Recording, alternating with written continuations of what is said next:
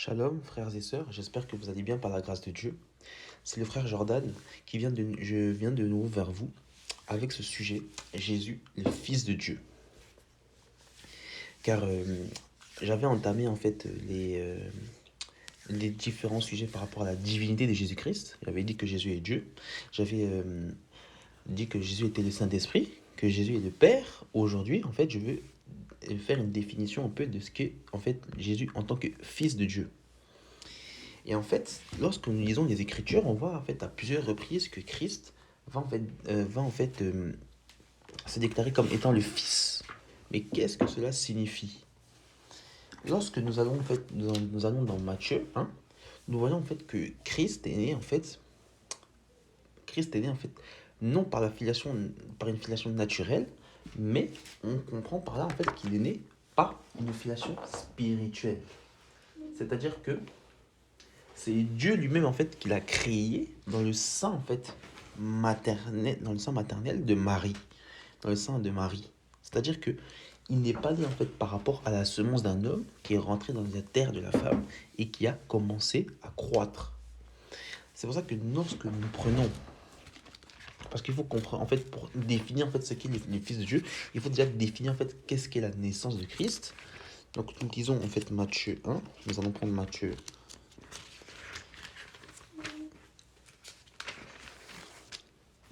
Matthieu 1, il dira, Matthieu 1, verset 18. Voici de quelle manière arriva la naissance de Jésus-Christ.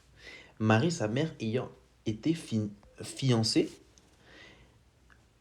à Joseph, se trouva enceinte par la vertu du Saint-Esprit.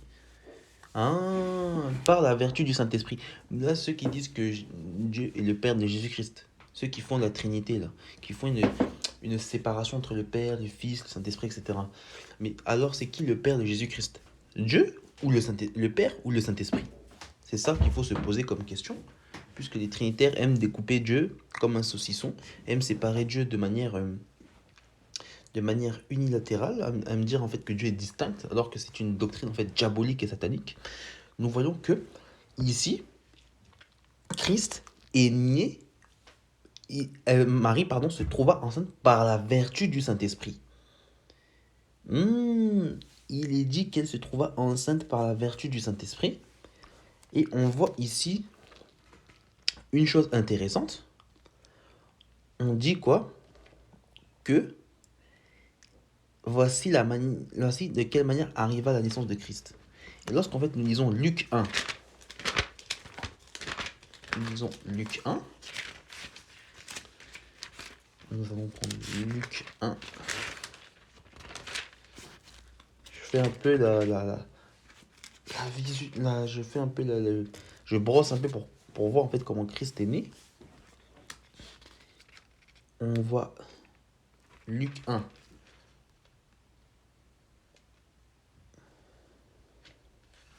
Regardez dans Luc 1, à partir du verset 31. Il dira, tu deviendras enceinte. C'est l'ange Gabriel qui avait visité Marie. Et il dira, tu deviendras enceinte. Pardon, je vais lire à partir du verset 30 pour avoir une meilleure compréhension. Il dira, l'ange lui dit, ne crains point, Marie, car tu as trouvé grâce devant Dieu. Les catholiques qui vont en fait adorer Marie alors qu'elle a trouvé grâce devant Dieu, c'est-à-dire grâce. Grâce, c'est la définition de la grâce, c'est avoir une faveur imméritée. C'est-à-dire que nous ne méritons rien parce que nous sommes pécheurs, mais Dieu nous a fait la grâce. Et la grâce, c'est le Seigneur Jésus-Christ qui l'a ramené, selon Jean 1. Bon, je ferme ça, on pourra en parler un jour de la grâce. Mais ici, on voit que Marie, comme il dit au verset 30, a trouvé grâce devant Dieu. Verset 31, voici tu deviendras enceinte et tu enfanteras un fils et tu lui donneras le nom de Jésus. Donc c'est comme la prophétie dans Genèse 18 que Dieu avait donné à Sarah. Tu deviendras enceinte. La même année, l'année suivante, quand je passerai, elle a dit tu deviendras enceinte. C'est là qu'elle a ri. Genèse 18. Bon, je clôt. C'est juste pour faire une comparaison. Après, il dira quoi? Et voici, tu enfanteras un fils et tu lui donneras le nom de Jésus. Donc, elle enfante un fils. Ah! Et tu lui donneras le nom de Jésus. Yahushua Mashiach, qui veut dire Dieu sauve, ou Yahweh est mon salut. Et verset 31, il dira, il sera grand et il sera appelé fils du Très-Haut. Il sera appelé fils du Très-Haut. Fils du Très-Haut. Et le Seigneur Dieu lui donnera le trône de David son père. Amen. On l'appellera fils du Très-Haut. Ah! Donc l'ange Gabriel, celui qui était venu, en fait, lorsque Daniel priait dans Daniel 9, par rapport au péché d'Israël, il a vu en fait que les années s'étaient écoulées, mais il va venir en fait ouvrir l'intelligence de Daniel. Ici, on ne dit pas qu'il est venu ouvrir l'intelligence de Marie, mais on comprend par là que c'est comme s'il y avait déjà en fait la révélation. Or, nous allons voir plus tard en fait qui a réellement reçu la révélation de qui était Christ. Mais or, l'ange Gabriel avait déjà révélé à Marie que c'était le fils du Très-Haut, ou qu'on l'appellera fils du Très-Haut. Donc c'est une prophétie. On lit on lit le verset 35. Il dira, l'ange lui dira quoi? L'ange répondit, le Saint-Esprit viendra sur toi. Tout à l'heure, on disait quoi? Dans Matthieu 1, par rapport à la vertu du Saint-Esprit, on dit ici quoi? On dit que l'ange répondit, le Saint-Esprit viendra sur toi et la puissance du Très-Haut te couvrira de son ombre. C'est pourquoi le saint enfant qui naîtra sera appelé vraiment bien-aimé. Nous avons déjà la réponse du pourquoi, du comment on l'appelle fils de Dieu. Comme tout à l'heure j'avais dit, un enfant, fils de Dieu veut dire quoi? C'est une expression qui désigne quelqu'un qui est venu à l'existence par un acte créateur de Dieu et non par filiation naturelle. Or, nous comprenons ici quoi? Que Marie n'avait point connu d'homme. C'est ça qu'elle va dire au verset 34, Marie dit à l'ange, comment cela se fera-t-il puisque je ne connais point d'homme? C'est-à-dire qu'elle était vierge à ce moment-là. C'est-à-dire qu'elle était vierge à ce moment-là. Cependant, lorsque nous lisons les Écritures, nous voyons quoi? Il dit au verset 35, le Saint-Esprit viendra sur toi et la puissance du Très-Haut te couvrira de son ombre. C'est pourquoi le saint enfant qui naîtra de toi sera appelé fils de Dieu. Vous comprenez? On appelle l'enfant fils de Dieu parce qu'il en fait est né du Saint-Esprit. C'est-à-dire qu'en fait, le Saint-Esprit est venu dans Marie et a conçu un enfant. C'est ça qui dira, en fait, le Saint-Esprit viendra sur toi. Et la puissance du Très-Haut te couvrira de son ombre. Ah, même l'ombre, on peut parler de ça. On peut parler de ça un jour. C'est pourquoi le saint enfant naîtra de toi et sera appelé fils de Dieu. Ici, vous voyez, c'est le même langage. Ici, on dit il sera appelé fils de Dieu. Oui, au verset 32, on dira qu'il sera appelé fils du Très-Haut. Donc, fils de Dieu et fils du Très-Haut, c'est le même langage. C'est pour ça qu'on l'appellera fils de Dieu, tout simplement. Donc ici, on comprend pourquoi on l'appelle fils de Dieu, parce qu'en fait, il est né par la vertu du Saint-Esprit. C'est-à-dire que c'est le Saint-Esprit qui a conçu Christ, en fait. Et c'est pour ça qu'on l'appelle fils de Dieu. Et remarquez ceci, lorsqu'on lisons Jean 1, nous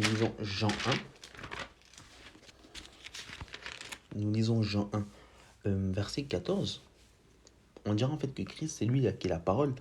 Dans Jean 1, au verset 1 à 3, on dit que c'est Christ en fait qui était la parole, et que la parole en fait c'est Dieu. On comprend que c'est Christ qui est la parole. Et que c'est la parole qui a créé toute chose. Et on sait que c'est Christ parce que, comme on dit dans Colossiens 1, du verset 15, je crois bien, pour pas dire de bêtises, du verset, attendez, patientez mes frères et sœurs, que je dise pas de bêtises comme ça, voilà, on dit Colossiens, verset 1 au verset 17, on voit en fait que c'est Christ qui a créé toute chose. Lorsqu'on lit en fait Hébreux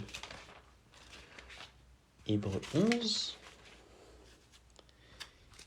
Hébreu 11, par rapport, je dis par rapport à la parole, parce que j'ai dit que la parole, c'est la parole qui a créé toute chose, on comprend, alors que la parole, c'est Christ, au verset. Et c'est pour ça qu'il est dit, en fait, au verset 1, Hébreu 11, au verset 3, on dira que c'est par la foi que nous reconnaissons que l'univers a été formé par la parole de Dieu. Or, nous savons que la parole de Dieu, c'est Christ, et que c'est lui qui a créé toute chose, et que c'est Christ, notre créateur. Bon, sur ça, je ferme, mais je comprends. C'est juste pour faire un peu la définition par rapport au contexte. Et lorsqu'on lit en fait le verset 14 de Jean 1, de Jean chapitre 1, on lit en fait que « Et la parole a été faite chair, et elle a habité parmi nous, pleine de grâce. » Ah, pleine de grâce, d'ailleurs on parlait de la grâce et de vérité. Et nous avons contemplé sa gloire. Une gloire comme la gloire du Fils unique venu du Père. Ah, la gloire du Fils unique venant du Père.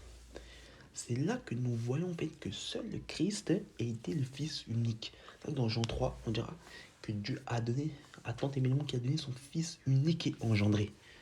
Quand nous parlons de engendré, ça ne veut pas dire en fait que Dieu a eu une relation sexuelle avec quelqu'un, mais le terme engendré, ça veut dire en fait donner naissance à. Parce que beaucoup en fait utilisent en fait le terme engendré pour dire oui, mais Dieu n'a pas eu de relation sexuelle avec telle et telle personne. Engendré n'est pas forcément une relation sexuelle, mais engendré c'est quelque chose, c'est quelqu'un qui est né de. Engendré c'est créer. Comme moi je peux engendrer une œuvre, mais c'est pas pour autant dire que j'ai eu une relation sexuelle avec l'œuvre que j'ai faite. Engendrer une action, c'est faire quelque chose. Donc quand quelqu'un dit que oui, mais engendrer c'est ceci, cela, la personne elle-même en fait est dans l'erreur, car beaucoup ne comprennent pas ce qu'est le mot engendrer. Bon, c'est juste pour faire une petite parenthèse par rapport au mot engendrer. Et moi je comprends par là que seul Christ en fait est appelé Fils de Dieu. Parce que c'est Christ en fait qui vient de Dieu. Or, Christ n'étant pas né d'une relation en fait filiale, c'est-à-dire qu'une relation liée à l'homme, mais il est né de l'esprit. L'esprit qui a conçu Christ, comme on l'a lu dans Jean 1, dans Matthieu 1, dans Luc 1, pardon, et dans Matthieu 1. Et ici, on voit en fait que la parole a été faite chair et qu'elle a habité parmi nous, pleine de grâce et de vérité, et nous avons contemplé sa gloire. Une gloire comme la gloire du Fils unique venu du Père. Et regardez ceci, lorsqu'on lit Matthieu 3,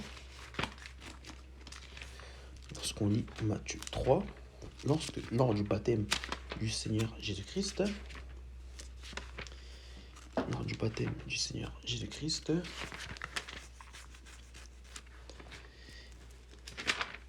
je vais juste prendre certains passages, je ne veux pas être très long, juste pour vraiment définir en fait pourquoi on dit que c'est le Fils de Dieu.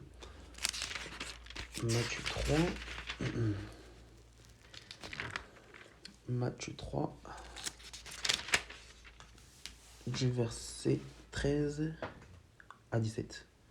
Il est dit, alors Jésus vint de la Galilée au Jourdain vers Jean, pour être baptisé par lui. Mais Jean s'y opposait en disant, c'est moi qui ai besoin d'être baptisé par toi, et tu viens à moi. Jésus lui dit, laisse faire, car il est convenable que nous accomplissions ainsi tout ce qui est juste. Et Jean ne lui résista plus. Dès que Jésus eut été baptisé, il sortit de l'eau, et voici les cieux s'ouvrir, il vit l'Esprit de Dieu descendre comme une colombe venue sur lui, et voici une voix fit entendre des cieux ces paroles. Celui-ci est mon fils bien-aimé que j'ai mis en qui j'ai mis toute mon affection. Donc on comprend ici quoi? Le Seigneur va dire, en fait la voix qui était dans le ciel, là j'ai lu un peu en fait du verset 13 au verset 17 pour avoir une compréhension, pour comprendre le contexte, que le Seigneur Jésus s'était fait baptiser par Jean, etc. Et qu'en fait quand il s'est fait baptiser, voici l'Esprit est descendu comme une colombe, mais une voix du ciel une voix dans le ciel se fit entendre et a dit en fait que voici, celui-ci est mon fils bien-aimé en qui j'ai mis toute mon affection. Donc on voit en fait que on déclare en fait Christ comme étant fils de Dieu. Tout à l'heure en fait on a vu par 2 reprises que Gabriel avait dit qu'on l'appellera fils du Très-Haut, qu'on l'appellera fils de Dieu dans Luc 1. Mais ici on voit en fait que c'est pas Gabriel qui parle, mais c'est la voix qui est dans le ciel qui dit en fait voici le fils, voici celui-ci est le fils de Dieu. Remarquez, on va voir en fait encore. Voici celui-ci est mon fils bien-aimé. Ici on dit mon fils bien-aimé. On comprend qu'on a dit entendu fils du Très-Haut, fils de Dieu. Ici on dit mon fils bien-aimé. Remarquons en fait dans Matthieu en fait 17, lorsque il y a eu en fait la vision sur la montagne de la transfiguration. Regardez ceci.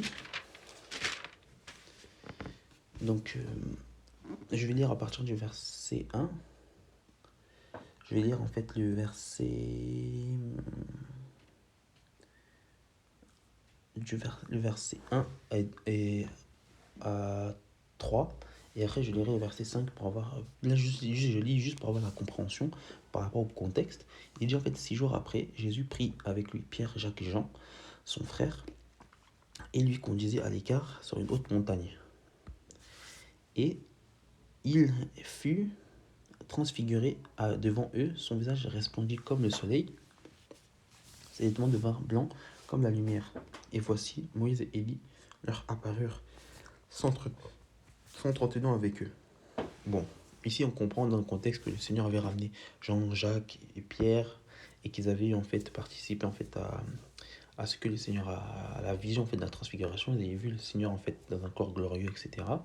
Et remarquez en fait ce qui va se faire voir, ce qui va se faire entendre au verset 5, parce que c'est ça que je veux souligner. Tout à l'heure, nous avons entendu dans Matthieu 1, en fait, une voix, dans Matthieu 3, pardon, au verset... Dans Matthieu 3, au verset, en fait, 17, la voix qui se fit entendre du ciel, qui dit, voici, celui-ci est mon fils bien-aimé, en qui j'ai mis toute mon affection. Remarquez ceci, dans Matthieu 17, verset 5, il dira, comme il parlait encore, une nuée lumineuse les couvrit, et voici une voix, encore une fois, on voit une voix. Les trinitaires vont dire que c'est le Père, mais ici on dit que c'est une voix. Nous n'allons pas plus loin que l'écriture, mais on entend que c'est une voix. Il dira, il dira en fait, comme il parle encore, une nuée lumineuse les couvrit. Et voici une voix fit entendre de la nuée ces paroles. Celui-ci est mon fils bien-aimé. Ah, encore une fois, on parle de celui-ci étant le fils bien-aimé, en qui j'ai mis toute mon affection. Écoutez-le. Donc, tout à l'heure on disait, voici mon fils bien-aimé, en qui j'ai mis mon affection. Il dira ici, voici celui-ci est mon fils bien-aimé, en qui j'ai mis toute mon affection. Amen. Amen. On voit en fait encore une fois qu'on décrit en fait Christ comme étant le fils de Dieu, le fils bien-aimé. Donc la voix qui est dans le ciel en fait déclare Christ comme étant le fils bien-aimé. Et lorsque nous lisons encore les Écritures, patientez s'il vous plaît mes frères et sœurs.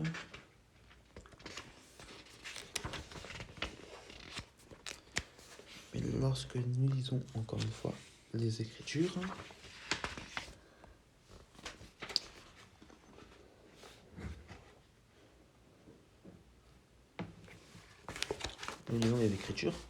prenons Romains, nous allons voir en fait qui a déclaré Christ comme étant le Fils.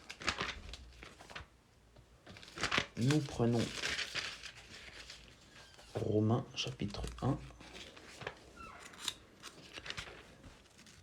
Les frères bien-aimés, prenez vos Bibles. Romains chapitre 1, des notes. Verset 4, il est dit, déclaré Fils de Dieu avec puissance, selon l'esprit de sainteté, par sa résurrection d'entre les morts, Jésus-Christ, notre Seigneur. Donc c'est pour dire en fait que le Seigneur Jésus-Christ avait été déclaré Fils de Dieu par le Saint-Esprit. Donc c'est par celui qui l'a conçu, le Saint-Esprit, c'est lui qui l'avait déclaré fils de Dieu avec puissance. Or, la voix que nous avons entendue dans le ciel, c'était le Saint-Esprit. Je ferme, un jour nous parlerons de Matthieu 3.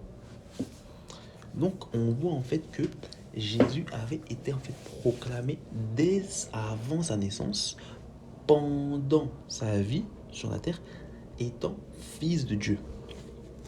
Et nous voyons en fait que, à plusieurs reprises, le Seigneur Jésus-Christ va en fait parler en fait de Dieu comme étant son Père.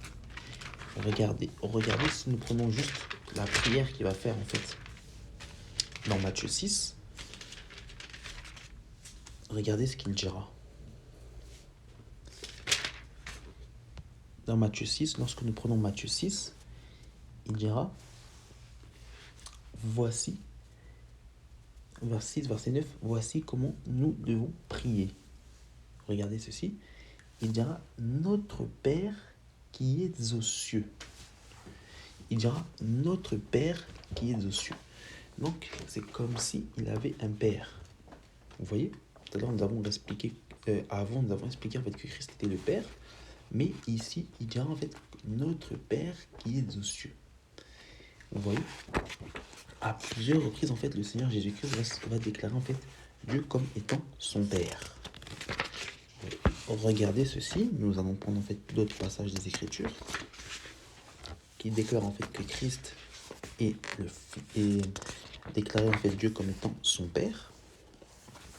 Prenons en fait Marc 14, verset 36. Marc 14, verset 36. Il disait, Abba Père, toutes ces choses te sont possibles. Éloigne de moi cette coupe, toutefois, pas ce que je veux, mais ce que tu veux. Il disait Abba Père.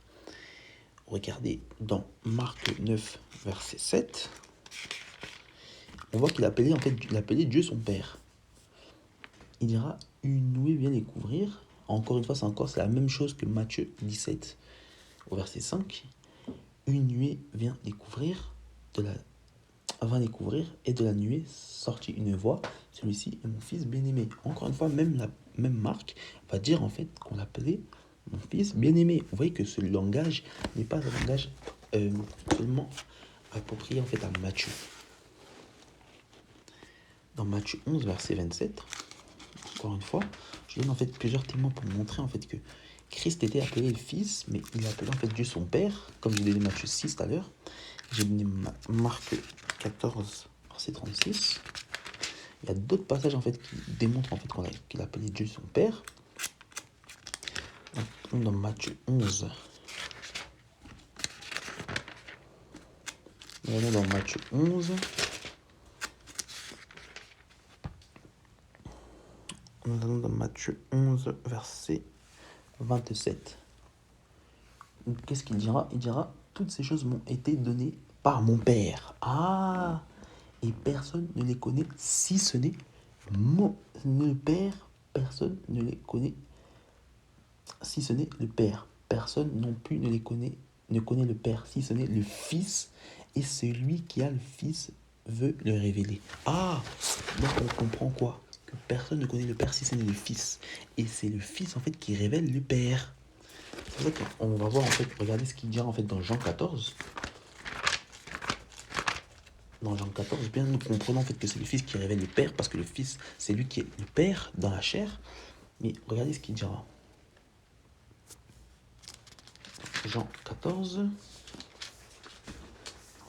Regardez ce qu'il lui dit. Philippe lui dira en fait au verset 8, Seigneur, montre-nous le Père, et cela nous suffit. Et Jésus lui dira, il y a longtemps que je suis avec vous, et tu ne m'as pas connu, Philippe, celui qui a vu le Père. Comment dis-tu, montre-nous le Père? Et le Seigneur Jésus dira, ne crois-tu pas que je suis dans le Père et le Père est en moi? Les paroles que je vous dis, je ne les dis pas de moi-même, et le Père demeure en moi, c'est lui qui fait ses œuvres. Croyez, je suis dans le Père, et le Père est en moi, sinon croyez du moins à cause de mes œuvres. Amen. C'est-à-dire que c'est Christ en fait qui présente le Père. Et encore une fois, on dit quoi? il dit au Seigneur, le Seigneur Jésus dit au verset 6, je suis le chemin, la vérité et la vie, et nul ne vient au Père que par moi. C'est-à-dire que sans Christ, nous ne pouvons pas aller au Père. Et 1 Timothée 2, verset 5 nous dit qu'en fait, il y a un seul Dieu et le médiateur entre Dieu et les hommes, c'est Jésus-Christ homme. Donc c'est Jésus en fait qui est le médiateur entre Dieu et les hommes. Or, nous savons que ces paroles-là sont des langages parce que Christ est lui-même Dieu. Mais ici, on dit Jésus-Christ homme dans 1 Timothée chapitre 2, verset 5. Parce que Jésus-Christ aussi était homme. Il faut savoir que Jésus-Christ était fils de Dieu, mais il était fils de l'homme aussi. Fils de l'homme, ça sera le sujet de la prochaine vidéo. Donc je voulais dire que on voit en fait que Christ présentait le Père. Mais à un moment donné, il faut savoir que il y aura en fait il y aura des interrogations par rapport au Seigneur Jésus-Christ. Beaucoup en fait se demanderont en fait qui il est réellement. Beaucoup en fait se demanderont qui il est réellement. Et c'est pour ça. Excusez-moi. Hein. Il y a un passage qui vient de me venir à la tête. C'est pour ça en fait les apôtres vont l'interroger par rapport à Jean. Nous lisons Matthieu 16. Parce que les apôtres se demandaient en fait, parce que beaucoup en fait se sondaient en fait, beaucoup se disaient qui est le Christ en fait, qui est Yeshua. Est-ce qu'il est le Messie? Est-ce que c'est le prophète que Moïse avait prédit? Est-ce que c'est Élie? Est-ce que c'est Jean-Baptiste? Est-ce que c'est l'un des prophètes de la loi qui était revenu? Et regardez en fait la révélation étonnante que Pierre aura. Regardez, on va dire en fait.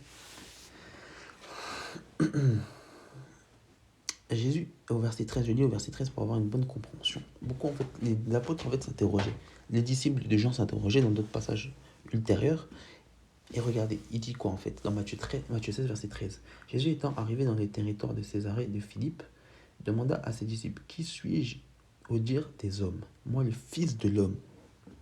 Ils répondirent, les uns disent que tu es Jean-Baptiste, les autres Élie, les autres Jérémie ou l'un des prophètes. Et vous, leur dit-il, qui dites-vous que je suis? Simon-Pierre dit, tu es le Fils, tu es le Christ, le Mashiach, le roi, le Fils du Dieu vivant. Et Jésus, au verset 17, reprenant la parole, tu es heureux, Simon, fils de Jonas, car ce ne sont pas la chair et le sang qui t'ont révélé cela, mais c'est mon Père qui est dans les cieux. Encore une fois, il va dire, c'est mon Père qui est dans les cieux. C'est-à-dire qu'en fait, c'était celui qui était au ciel. La voix qui était au ciel, c'était le Père. Parce que et le Père, c'est lui qui est le Saint-Esprit. Jean 4, verset 24, il nous dit que Dieu est esprit. Or, c'est Dieu qui est le Saint-Esprit. Or, c'est Dieu qui est saint.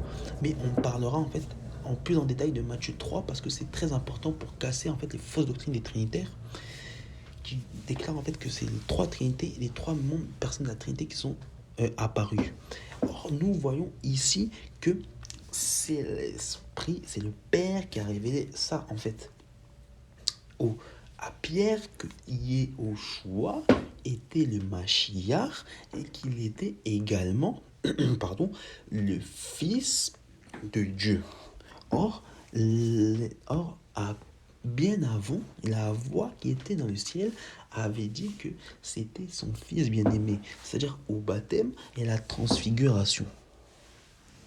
Mais là, on voit encore que il y a en fait le mystère est pleinement abattu puisque on va voir en fait encore une fois que Christ est déclaré comme étant le Fils de Dieu par les apôtres. Parce que avant c'était la voix qui était dans le ciel, c'était l'ange Gabriel qui disait ceci, mais là c'était les yeux des apôtres qui étaient les écailles qui étaient ouverts, l'intelligence des apôtres qui avait en fait qui était ouvert, les yeux, les écailles étaient tombés. C'est là qu'ils ont compris en fait que Yeshua était le Fils de Dieu. Vous voyez, il était le Fils de Dieu, mais ils n'avaient pas saisi qu'il était Dieu, mais ils ont dit qu'il était le Fils de Dieu.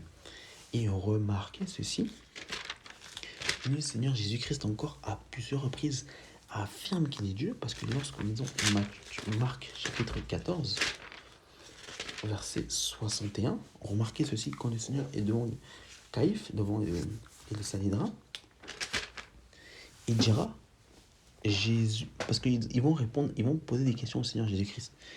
Je lis le verset 61, 60, pardon. Alors le sacrificateur, se levant au milieu de l'assemblée, interrogea Jésus et lui dit, ne réponds-tu rien? Qu'est-ce que ces gens déposent contre toi?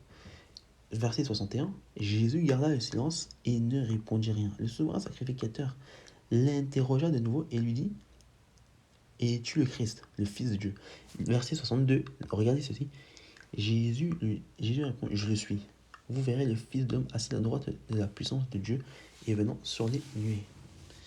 Alors, verset 63, alors le sacrificateur déchira ses vêtements et dit, qu'avons-nous donc besoin de témoins? Vous avez entendu le blasphème que vous semble, que vous ensemble. Tous le condamnèrent comme méritant la mort. Amen. Et nous voyons ceci en fait que dès le début du ministère de Christ, il était combattu par rapport à sa divinité. Il était combattu parce que beaucoup en fait disaient en fait qu'il se prenait pour Dieu en fait, qu'il faisait en fait comme si il se faisait égal à Dieu. Et quand on lit en fait Matthieu 5 verset 18, on voit que dès le début de son ministère, il était déjà en fait déjà condamné parce qu'il s'est déclaré fils de Dieu, mais ils ne comprenèrent pas. Regardez Jean 5 verset 17 à 18. Il est dit, mais Jésus leur répondit, mon Père agit jusqu'à présent et moi aussi j'agis. Et s'il y a un Père, il y a donc un Fils. À cause de cela, les Juifs cherchèrent non plus à le faire mourir, non seulement parce qu'il violait le sabbat, mais parce qu'il il appelait Dieu son propre Père, se faisant lui-même égal à Dieu. Ah, donc il se faisait lui-même égal à Dieu. Et c'est là en fait qu'il affirmait sa divinité. Et il va dire en verset 19, Jésus reprit donc la parole et il leur dit, en vérité, je vous le dis, le Fils ne peut rien faire de lui-même, il ne fait que ce qu'il voit faire au Père. Et ce que le Père fait, le Fils aussi le fait pareillement. Amen. Or, nous savons que Père, Fils, ce sont que des langages. Parce que lorsque ce sont que des langages, ce sont que des fonctions, parce que nous savons en fait que le nom du Père, c'est Jésus-Christ. Matthieu 28, verset 19 à 20, va dire qu'il faut les baptiser le nom du Père, du Fils et du Saint-Esprit, etc. Et nous voyons dans Acte 2, en fait, que verset 38, Pierre aura cette révélation, parce que c'est une révélation qu'il faut baptiser au nom de Jésus-Christ, parce qu'en fait, le nom du Père et du Fils et du Saint-Esprit, c'est Jésus-Christ. Donc, Jésus-Christ est bien, en fait, le Fils de Dieu, parce qu'il est né par la vertu du Saint-Esprit et non par la filiation naturelle. C'est l'Esprit de Dieu qui l'a conçu, et Christ, en fait, appelait Dieu son Père. Donc, voilà. Voilà, mes frères et sœurs, le Dieu étant venu en chair, étant moindre, étant limité par rapport en fait à Dieu qui était au ciel, et ben on comprend en fait que c'était parce que Christ était homme. C'est pour ça que Christ était limité, c'est-à-dire qu'il était abaissé en fait au rang des serviteurs, et c'est pour ça en fait que dans ses capacités divines, il était limité sur terre, parce qu'il était dans la chair d'un homme. Et comme il est passé par une femme, c'est pour ça en fait que on l'appelle le fils de l'homme, et il y a le fils de Dieu. Mais nous avons compris en fait que Christ étant le fils de Dieu, nous comprenons en fait Christ étant fils de l'homme. En tout cas, soyez bénis. Excusez-moi pour cette coupure. C'est des problèmes techniques, hein. On peut faire avec, mais bon, je publie quand même les vidéos parce que c'est important qu'on puisse comprendre que Christ est Dieu et que Christ est le Fils de Dieu. En tout cas, soyez bénis. J'espère que vous serez édifiés. Shalom.